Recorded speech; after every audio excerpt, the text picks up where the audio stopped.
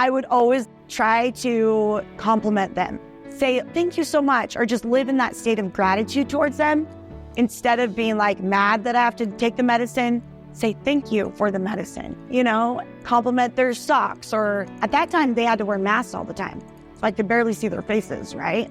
Just find some kind of way to spread that love to somebody. Even if I was laying down, I couldn't move at all, I would try to speak some kind of words of love to be able to help them. And then ultimately, it was helping me at the same time. Welcome to In Conversation series presented by Support Now, where we dive into the messy middle of life's tough times and learn how everyday people make it through. Today, Tia Stokes and her friend Kelsey share the story of Tia's courageous battle with leukemia, as well as the power of community and support. Do you or someone you know need support right now?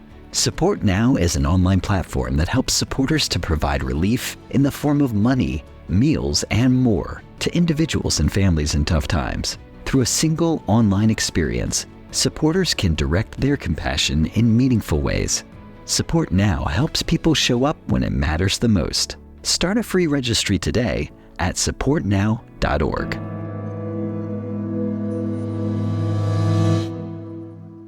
Thank you so much for inviting me into your home. I feel like this home is such a representation of you. Yeah, everything I've ever seen of you, at least on social media. I'm very excited for this conversation. So as you know, I obviously want to talk more about your journey, your health journey. And I also want to discuss the support elements of working through someone with a cancer diagnosis. So today I have two people to interview, but I'd love for each of you to introduce yourself, and then we will go in from there. Okay, awesome. Well, we're glad you're here too. This is so fun. I'm Tia B. Stokes, and I am a mother of five beautiful kids. I have an awesome husband, and yeah, I'm just excited to be here. I'm a life thriver and cancer thriver and all the things. And I'm Kelsey. I'm Tia's assistant and was the nanny during the cancer journey, and just, friend. I love it. And this is actually the first time I've had a format where not only can I interview someone that's gone through the hardship, but interviewing the best friend that plays a really important role in a cancer journey. I think one of the things I've learned in this journey of building Support Now is that cancer, while it certainly affects one individual from a health point of view, a cancer diagnosis, the impact it has is vast on a whole bunch of people. Yeah. And so you obviously played a very important role in making sure that kind of the system and the foundation that Tia has built with her husband had some sense of routine. So I want to get into that. But before I do, Tia, for those that don't know your story, I'd love for you to share what happened. How did you find out? What were the symptoms that you felt? I think a lot of people are very curious about things like that. How did you know you had cancer? Yes, totally. But if you don't mind getting into that, I'd love that. Yeah, actually, the crazy thing is that, we had just made this huge move up to Orem, Utah County, from St. George, Utah. And my husband had a high school football coaching job up there at Timview High School. And so we thought we were going for football. But at that time in 2019, I just had my fifth baby, little Rose. And towards the end of my pregnancy, it was really crazy because I got this cough. It started with a cough. And I remember even asking my doctor, I have this cough. It's not going away. What's going on? And we just thought, it's pregnancy. Your body is going through things. Well, after that, it was just one symptom after another. I had flu-like symptoms. I had loss of appetite. I had loss of weight without trying. I couldn't breathe. I was short of breath all the time. I had random bruising, night sweats. It was just one thing after the other. And then finally, his defensive coordinator, Josh Arnold, happened to be a PA. We call him a doctor because he's a doctor to us. But his wife had him look into me more. She was just like, she is really sick. What is going on? And so he actually ran a CBC panel. And which is so crazy because I feel like it's so cheap. A CBC panel is so cheap, but it can literally save your life. It detects all the white, red cells. And after that, it was April 24th. It's the world just shut down. It was 2020, right? A couple weeks before that, everybody is in lockdown, and he shows up at our house and tells us that I had acute myeloid leukemia. And our lives changed like that. He told us that I had an hour to get to the hospital, that the doctors had said that my blood smears looked so bad that they thought that I was already in a coma for like how sick I looked through my blood. And they also said that they weren't sure like if I would make it through the weekend because of how sick I was. So that day, I mean, I've never seen my husband cry like that. And I think he was also just in denial. You know, you don't think the person you love is going to be hit with something like cancer. And so I took one last family picture on my porch with my kids. And it's so crazy because this picture, when you look at it, my kids have no idea. Like their eyes are just lit up. They think they're taking this family picture. And me and my husband are just like shattered. Like, you know. So we take this picture and then I say goodbye to my kids. My husband drives me to the hospital and drops me off like a package because he couldn't even go in because of the pandemic. So I went to fight for that first 31 days by myself. So, I mean, a truly unimaginable situation on top of being so young to get leukemia, to get cancer. And then you tackle on the COVID stuff, which was at that moment, I had a baby around that time. And I remember at that juncture, April 2020, the world was truly shut down. Yeah. So you head into the hospital. What is going through your head? So Andy, my husband, I've been blessed with just such an amazing husband. Like we're night and day, complete opposites. Like like even the film crew that came today, I was like, go say hi. Like just walk out and be nice. He's like, well, that's why you like me. I'm different than you, you know? But literally, he's driving me to the hospital. And I am, of course, a mess. And I'm crying, tears running down my face. And I look at my husband, I'm like, am I going to die? Like, this is it. Like, this is my life. Like, I just spent all these years, I have these kids, and this is my end, you know? And my husband looks at me, doesn't hug me, doesn't kiss me, doesn't wipe my tears. It doesn't talk to me sweetly, you know? And he looks at me, he says, Tia, you're a bad A mother trucker. You better pick yourself up, go in there and fight, and get back home. He's like, I'm not raising these kids by myself, so you better come back home. Yeah, like I can't figure this out. So he's like, you're gonna need to figure it out. You know, so he's like, yeah, if you're gone, I'm taking the kids to the mountains. We're gonna live off the land, you know. But it was that moment for me that gave me that support, right, and that power, because he could have just been like, yeah, sorry, you know. But it was those words. It was that tone of voice. It was that he was your strength. He was your strength. I literally physically did it by myself, you know, had to go through that alone. But the support behind the words and the support behind the strength and behind what he gave me that day to push forward. I mean, still today, like I'm always like, I'm a bad A mother trucker. I got this, you know, like things come my way. I'm like, oh no, I got this. Like it just gives you that crazy muscle that we all need, right? Because we're all it's not if, it's when we go through hard times. Yeah. It is. It's going to happen to all of us. It's an inevitable part of life. So it's that crazy muscle that just kicks into gear, you know, and just helps you to push through and to keep on going. So, I mean, that was like the base, the birth of that crazy muscle for me that helped me throughout the rest of even till today. So let me ask you, you talked about the support that he gave you in the words and the strength that he had in his tone and his disposition. That's what you needed. Now you're in the hospital, you're quarantined. Yeah. How do you begin to support yourself in that type of environment? Yeah. The cool thing is that, you know, I've been dancing since I was 10. I started dancing when I was 10. My sister Irene was my dance teacher, took me under her wing, taught me dance. And so I grew up dancing. And I remember my doctor coming in and he said, Tia, you have to get up every day. Part of cancer is movement.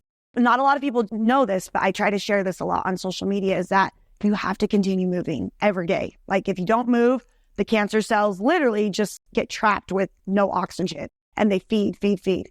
And so he said, you got to move every day. You got to do something. So I'm a dancer. TikTok just came out. So I was like, all right, I'll do a TikTok every day. I'll get up, learn a little, you know, dance and get up there and do a dance. And honestly, that was for myself. That was something that I could look forward to every day. I feel like cancer, you have to have something that drives you to the next hour, if that makes sense. That drives you to the next minute. That was something also that me and my husband, he would call me And he'd be like, how are you doing today? And, I'd be struggling. He's like, okay, you just got to make it till the next 5 minutes. Okay, let's just focus on the next hour. Okay, let's just focus on the next 2. Like, it's not taking the whole journey, but just taking it 5 minutes, a minute at a time. And something that just to help me for my own self to be able to say, okay, I just got to make it to the next hour. I got to make it to this little bit. And then it gave me, okay, I'm going to get up today. I'm going to take a shower. I'm going to film a TikTok, even if that was all I did that day, So let me ask you, again, you exude this positivity, this great energy. You had the dance to like kind of look forward to or to push forward towards every day. And I have to imagine that there were still moments of doubt. Oh, yeah. Of weakness. Yeah. Talk me through, like, was there anything else that you did for yourself? Was it prayer? Was it talking to the kids? How did you, again, especially in an environment where you were so isolated? Yeah. I'd imagine that there was a toolkit that you were trying to pull from. Oh, yeah. So I'm just curious what those were. I've got a toolkit. I got a tool bag. I've got a whole suitcase. No, for reals though. But yeah, prayer, definitely. I mean, that's key number one. I truly believe it was funny too, because in this 31 days, I was able to, because I believe in God's plan.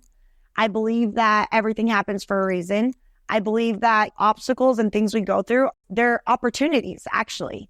They're opportunities for us to be able to grow, to be strengthened, to be better, to become who we're meant to be, right? And that tool bag for me is prayer, that total faith and just prayer that, and not necessarily my prayers weren't like, heal me, but whatever you have for me. So not make me better, please. It was, if this is what's supposed to be, then let me do what I'm supposed to do for you, right? So that was key, number one. Number two was the opportunities thing, being able to take this and look at it as an opportunity, because I also feel like when we look at it as an obstacle or as a negative thing, it becomes a negative thing, right? But when we change it and we take the focus on, this is an opportunity. Okay, what am I going to do with my opportunity today, right? We start looking for ways that we can make it better, ways that we can succeed through it, ways that we can be able to grow through it, ways that are going to just implement the medicine in our body, right?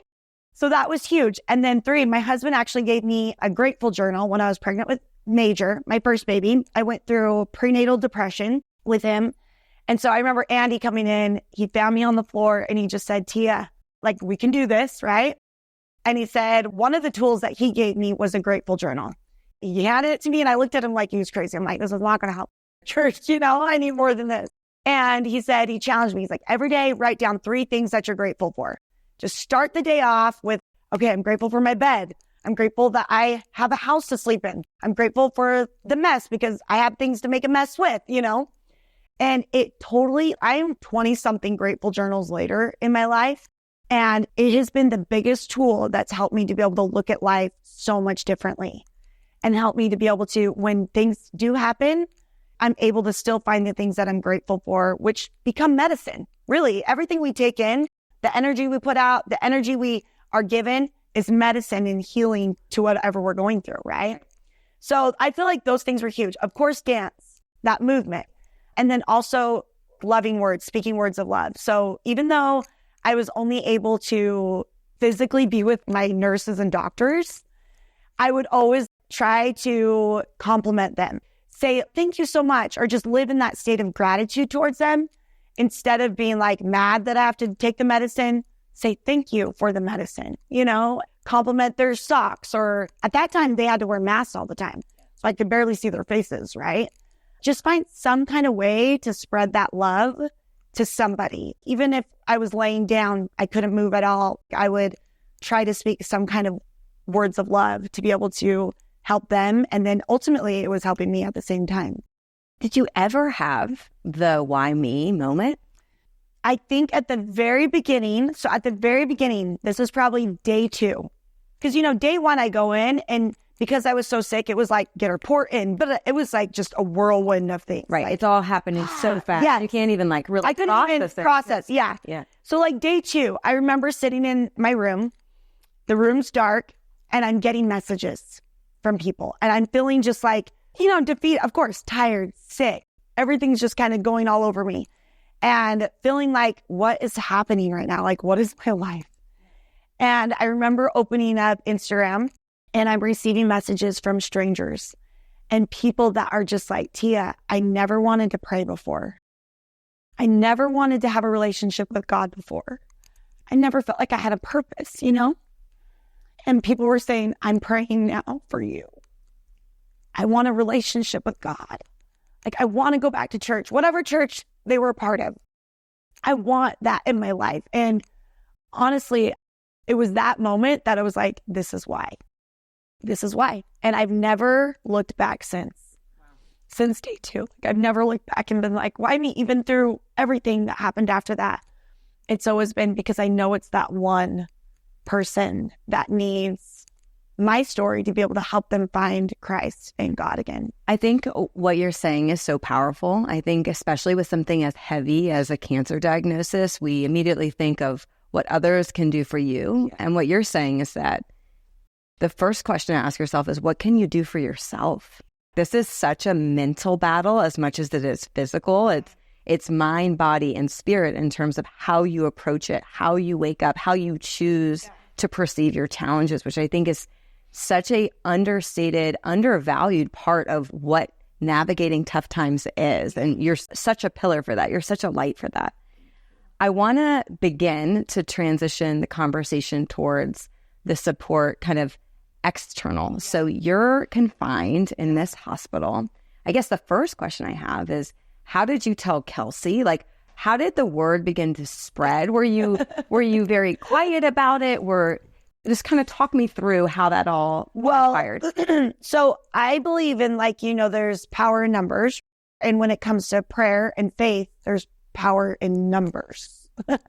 So because, I mean, really, right? Like, if you think about it, like, if more of us are talking to you, there's power behind that. We're able to get our message out, right? So same thing with God. If he hears it a lot and he's hearing it, there's more chances that whatever his plan is, right? So the day I got diagnosed, actually, my family, I remember texting my best friend, Cambria, my niece. I'm texting her. She was the first one I texted. I'm like, I have acute, I couldn't even say the word. I was like, I don't even know what this is called. Acute myeloid. I think I even said it wrong, spelt it wrong. And instantly, like, my whole family, obviously they're all shocked because they're like, what? This is crazy. But instantly they were like, can we just start asking for people to pray? And I said, yes, please. Obviously, we need this. And so it was my family that actually just started putting it out there, like, Tia needs prayers or that. And I'd already started social media. Like, I started a couple years before. I had been dancing for people with cancer since I was 21 and I was 34 when I got my diagnosis. So all of those people, of course, all of my causes that I've danced throughout the years were just like, how does this happen? Like, she was the strength for us. Like, she was the one dancing for us. So all of those people, everybody just started reaching out in this web. And then Kelsey came into the picture. She had been following along. But my mom, the crazy thing is that my mom, that whole first month was like, Tia, who is going to help with your kids? Yeah. Obviously the big question. You have 5 kids. 5 kids. And I had a 7-month-old baby. And my husband was still working. He had to work for us. We need insurance. We need help. And he was coaching. He was head football coach of a big school. And so my mom was just so concerned about who was going to help with my kids. And at the time, there was no support now. I couldn't just put it out there. Yeah. I mean, this is huge because just think, if I would have had the access to support now, I could have went on and been like, I need help with my kids. I had no family around me. My family was 5 hours away. Nobody that I felt like I could call on that wanted to come and take care of 5 kids, right? Like, that's a lot. And so I remember Kelsey, I had been talking to her. She just moved up north and my mom passes away a month after my diagnosis. Oh my God. Suddenly in her sleep. The day I was going home. Oh my God. The day I was going home, I talked to my mom the night before on Zoom. And the next morning I called her because I would call her every morning, like a mother, she's going to be there with me. And I would tell her, she would give me some kind of positive quote or scripture or something. She didn't answer. And so I just thought, okay, she'll call me back like she always does. I packed up my room, cleaned up my stuff, and my husband walks in to pick me up for the first time. And he tells me my mom passed away in her sleep. So, yeah. And I tell that part because she was so concerned about my kids. And she would tell me that whole month, she's like, I'm begging God to take me instead. I'm begging him, because you need to be here for your kids. They need a mom. I'm ready to go back. I want to go back with dad. And I would tell her, Mom, stop saying that. So when I got that news, I was just like, that little, she got her wish, you know? And so the crazy thing is that like a couple weeks later, I'm trying to still find somebody for my kids. And Kelsey pops into my mind. Like, we weren't really like besties or anything. It was just kind of an acquaintance relationship. And for some reason, her name, it was my mother, right? My mother was the one who was like, ask Kelsey. Yeah. So I did. I reached out to Kelsey, and believe it or not, she quit her job and she showed up at my house. I was in the hospital. She showed up at my house the next day, and I told my husband, I was like, there's this girl, Kelsey. She's coming. And he's like, how do you know her? I'm like, Instagram, but I totally trust her. She's a good person. And yeah, she showed up at my house and she stepped in and helped with my kids. And she's been. So your husband hadn't even met her. No. Yet. No. That's wild. Because the times like we had met like probably 2 or 3 times before. And like, I would go to like football games, but it was like yeah, coaching. He was like busy. He never really like met her. Yeah. Wow. Yeah. And I knew of Andy. I knew of Tia. Like, they're from here in St. George. So like he was a teacher and things like that, but I didn't know them. So, Kelsey, you just show up. I mean, yeah, you showed up with a bag of snacks and said, please like me. Like, and I told her, I was like, I just want my kids to have fun. I said, I don't care. Like, I'm not a structured person either. I'm not like, but I told her, I said, this is such a, if we could have had support now. I know, but it's so fitting because it's like, I think about it and I'm like, man, how crazy, because thank the Lord, like my mom, and she was able to come into my life. I told her, I was like, I just want them to have fun, make all the memories with my kids, do all the things. I don't want this to be like a depressing time for them. We have a lot of kids and different age ranges. How were they processing in the moment that mom was away with cancer? I don't know. Honestly, like, and I think back at that time, the kids were, she said, even with the picture, looking at the picture, they're so innocent with their smiles and just like they're kids. Yeah. I don't think you can really grasp it. Like, there were times where like some of the boys would like struggle emotionally. And I think that was really hard. And it was really hard for Tia to see too, because it's like what do you do when you're trying to fight for your life and your kids are like confused? But it was never a sense of like, I think we tried to do a good job of just having fun and being distracted, and you know what I mean? And I think also, to be honest, they were prepared because their mom had been dancing for kids with cancer. Wow. So they were like almost conditioned. Their whole life, they've been conditioned to serve, to love. They would do things before cancer to serve other people. They had been in that environment before. I think that they... Wow.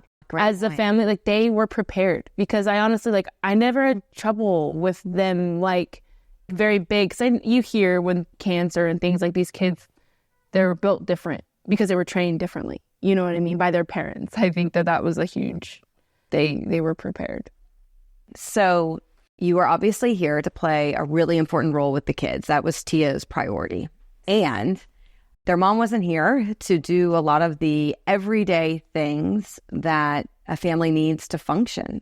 Talk to me about what were some of your key functions, other than, of course, making the kids happy and making sure they had fun times. Like, what were some of the things that you were helping out with? Honestly, anything at the house that they needed. Food, making sure like meals, or like making sure the kids eat, laundry, cleaning up, making sure the kids got to school. During COVID, it was tough at the beginning. I remember we did school at home. Yeah, we did a little bit, virtual school. I mean, the kids were young at the time. I feel like all of them were at elementary still. But I don't know, I think just making sure those day-to-day things while Andy was working, that got done. So I would also imagine at this time, while Tia's posting in the hospital, gaining more followers every day, there's also an abundance of support coming external. And so what were some of the gestures, some of the things that people were doing for her? Well, we have videos of like Happy Meal. That was fun. there was times where like the whole front room was filled with boxes and packages and things. So when Tia would come home, we'd have packages to open or things like that. Even her doctor stay at her the hospital room, packages and DoorDash. And people would cooking meals, dropping off meals, GoFundMe, meal train. I mean, those things were going on throughout the whole journey. Well, and my house, when I got diagnosed, had black mold. Of course. Black mold, and there was like a mice infestation in the house. So they said, obviously I can't go home until they wouldn't let me go home. So the whole community, I mean, everybody was at my house with my husband. My husband was working on it by himself. And then one by one, people were knocking on the door. What can I do? Let's do this. I mean, people were tearing down walls. Wow. They were donating their businesses to help, come in and redo basically the whole house. We had to get a whole new kitchen, bathroom, the downstairs, everything had to be like gutted. So that was the community. They just all came in and truly, it took a village. So I envision, I have young kids. I envision like the scene in Encanto, where like everyone's going to like rebuild. No, it was exactly like that. But especially like that because it was family coming. Yeah. It was also just like the whole community. So for you probably saw a lot of great gestures. What were the things that for you were like, wow, that makes a big difference? Because I think so much of why people are afraid to support is they're afraid to do the wrong thing. And while I imagine you all will say, well, there's nothing wrong you can do, but I've got to imagine on a scale of like most helpful to maybe not as helpful. What were the things that were the most helpful? And then what were the things that maybe not so much? Well, I mean, to be honest, I think Venmo, DoorDash, those kind of things are like probably the most helpful, just because it's like the income they can do with what the money that they need. Right. So giving them flexibility. Yeah. Okay. Like the packages were awesome and fun, and that was what the kids need, brought joy. But definitely like for financial or for food, or say they need to travel somewhere. And Tia is like, this is like an example because I'm on her dance team Calamity, and we give money, all the proceeds we dance for, we give it to the family. But she always says, use the money for whatever you want. It could be a trip. It could be because you don't know what the family needs at the time, especially during COVID. That was just a hard, like you don't know what the kids need or what the kids, you know what I mean, mentally, physically, emotionally. You know, that's such a good point because at Support Now, we help people raise money as well. And you can turn things on or off. But I try to tell people, like, keep it on because you never know how that money can be used for. Maybe it's a trip to Disney. You know, it doesn't have to be for your mortgage. It doesn't have to be for groceries. It can be for that getaway with just you and your husband because you just need that. Oh my gosh. So I think that's an important reminder to supporters that show up in a way that feels comfortable. I talk about all the time that humans are really capable of one of three things, often all three, and that's time, talent, and treasure. And it seems like for you all got to see that on full display. You saw people donating their time to come in and help with the mold. You saw them donate in terms of money with treasure. And then you saw those talents come out where people are just rising to the occasion based off of what feels right for them, which is such a beautiful illustration of what support really is all about. So, Kelsey, I'm going to ask you this question first. What would you tell the supporter that's nervous? They're like, I don't know what to do, but I want to do something. What would you say to that person? Well, it's funny because Tia actually today, her challenge to us, we have like a little group that works out. Her challenge was to just act. Just do. Don't think. Just do. And I think with me, like when Tia asked me to watch her 5 kids, I loved Tia. I mean, we all love Tia. I've watched her and I admire her. I knew at the time, I was just like, I want to help in whatever way. And so, yeah, I'm going to quit my job. Yeah, I'm just going to do it.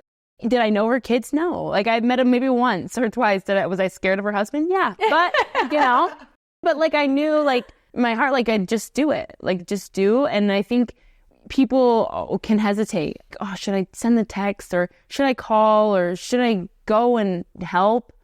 Do it. Because what's the worst? You know what I mean? If anything, you're going to brighten their day just by seeing a face. Yeah, I always say like intention over perfection. Like don't scrutinize the details of it. Like the intention shines in these situations. Because I think most people know that people are very well intended, even if it doesn't always land the way that you might think. But the action is there. Right.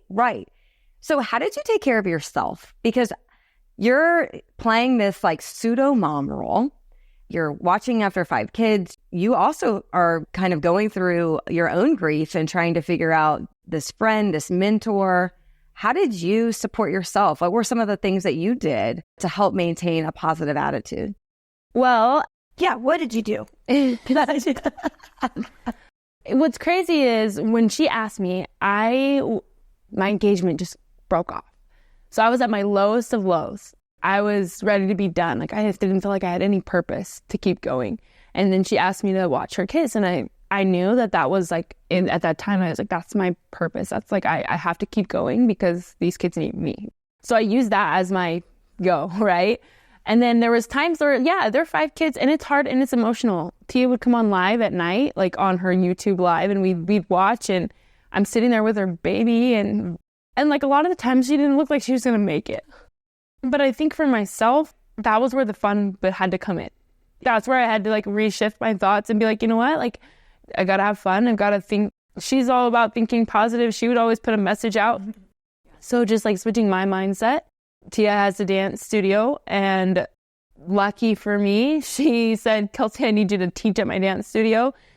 Be a dancer first. Be a dancer first. She literally said, Kelsey, you're going to be on Calamity. And I said, I've never danced before. I'm not doing that. Well, I'm a basketball player. I'm like, well, you're going to learn. And you're going to get it. Yeah. But that was the biggest blessing, truly. Like, doing something for me. That was doing something for me. And it was I did hard. that not to be bossy. I did it because I knew she needed that. Yeah. Like, it would help. It separated out of nannying, out of doing those daily things that were like, yeah, because going full force mom mode, like at 22, I don't know how old I was, but yeah, it was a lot. Like, overwhelming. It's heavy. And like, you drive every day to someone you can't even, like, that's fighting cancer, so sick all the time, you know? But Calamity was different because she said, Kelsey, 4 a.m., show up to practice. I have no dance experience at all, but it was shifting. I was serving. We were dancing for Tia. I always watched Calamity perform, but it was just that different. It became fun because I realized like it wasn't about me, and it was, you're using your body, because I have a body. I was healthy to use it for someone else. Right. So that's what I put now I'm a dancer. I teach dance now, all the things, but like, I think that was one thing that I did. And of course, praying, and I would just try to put all my effort into her and her family. Like, honestly, at that time, like, anything I could do, like, it helped me to feel like at least I was doing something. You got fulfillment in serving her wishes. But it sounds like you did ultimately find an outlet that allowed you. Well, I found myself during that time of service, during that time. Like, I feel like now I'm so grateful because I know I'm going to be a good mom one day. And I know that I'll be prepared for like other things and other times to help people because of that opportunity. Tia, next question for you. A lot of times people struggle with asking and receiving help. Was that ever a problem for you? Yes.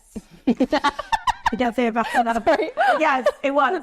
Yeah, it was. I mean, especially for me, because I was the one always dancing for others and serving others. Tia likes to give everything. She's Oprah. Literally, all my shoes, my clothes, like I just anything. want people she likes to give. to enjoy life too. You get a car. You get a car. Yeah. And you get a car. Yeah, I just love it. I love that. Tia is the giver. Yeah, it was really hard for me to accept help. Yes. So you have no problem giving. But the second that people are trying to give to you, She says, why do you think that?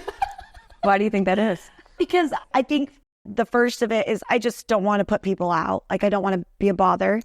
As cancer patients, especially, you feel that way. You don't want to be a bother. You already feel like everybody's lives have already changed enough. Your husband, your kids, people serving you. You already feel like you've already bothered enough with this illness. And even your nurses. I mean, cancer patients, you become a baby again. I mean, I know I'm only 3 years old right now, but I feel like even coming out of the hospital, you have to relearn to take care of yourself. Like, you have to relearn how to do they literally take care of you. And that was really hard. But for me, I remember talking to my best friend on the phone, and they wanted to make me the cause for my studio, for my dance company. That's crazy. I mean, imagine all these years I'm choosing families and dancing for all these families, and then they're like, we want to make you the cause. You know, they're trying to keep my studio and everything going while I'm in the hospital. And they said, it's only right that you're the cause. Like, you've been doing this for how long? And at first I was like, no, I don't want the attention on me like that. I built this for other people to support them through what they're doing. There's other people that need it even still. And they said, Tia, you have to remember, it's not about you, which I tell my dancers this, but it's not about you. It's about what other people are going to be able to gain through the service. Because when we give the people, so if I say no to you for wanting to serve me, I'm stopping the blessings of what could happen for you, if that makes sense. The growth, the love, all the blessings that are going to come to you because of that service act, that kind gesture that you're going to do for me, I'm stopping that for you. So it was a huge learning moment for me because I'm like, oh my gosh, okay, like, I don't, like, okay, like I get it, So it became not about me, but about, I was able to be like, okay, you're right. People, we need that ability to serve and to support people for us to be able to enjoy the blessings. I love that. I'm a big believer in that because I think that humans by nature, we're tribal. Yeah. We're not designed to kind of go through life by ourselves. Yes, no. You date back in civilizations, like we do things in cohorts, in large groups. What's still so interesting to me, though, is that when tough times occur, we all tend to say, oh, I don't want to be a burden. This is not for me. Yeah. And so it's almost like you have to be persuaded to remind people it's their blessing to do that. Don't take away their blessing. Yeah, you're taking because that's what we're put on this earth to do. We're put on this earth to serve not ourselves. We're put on this earth to serve others. And so I think that that's such a beautiful reminder for anyone that might be going through a tough time right now that has their guard up. I believe that at the end of your life, you don't get a medal or a reward for saying, oh, I did this by myself. Yeah. This journey is meant to be community oriented.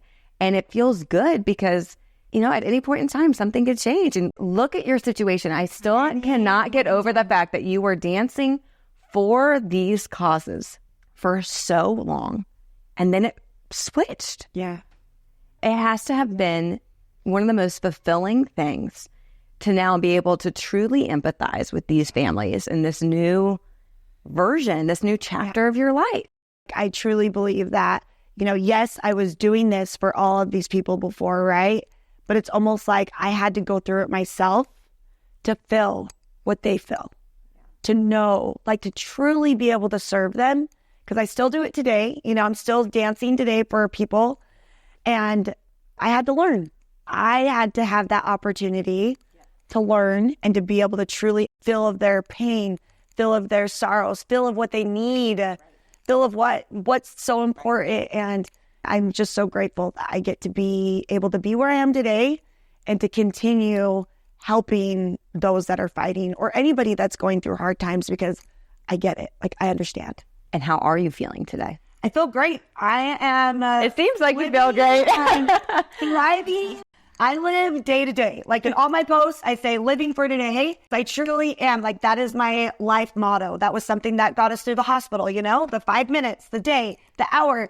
And even today, it's like I live literally for the moments. And I don't want to say these moments, the moments. Like this moment, this is what I'm living for right now. I'm giving you all of me. So every moment that I get, I'm giving you all of me. Because I don't know if I'm going to have the next hour. I don't know if I'm going to have, and that's for anybody. My family, that's something like a motto that we live by is that we're not promised tomorrow. We're only promised this moment right here.